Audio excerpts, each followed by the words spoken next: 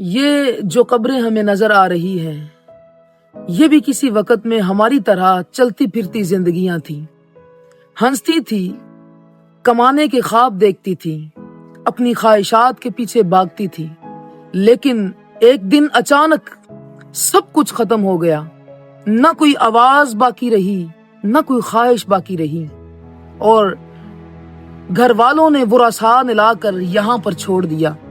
میرا رب قرآن میں ارشاد فرماتا ہے، کل نفس ذائقۃ الموت، ہر نفس نے موت کا ذائقہ چکھنا ہے۔ ہم سب اسی راستے کے مسافر ہیں۔ سوال یہ ہے کہ کیا ہم اس کے لیے تیار ہیں؟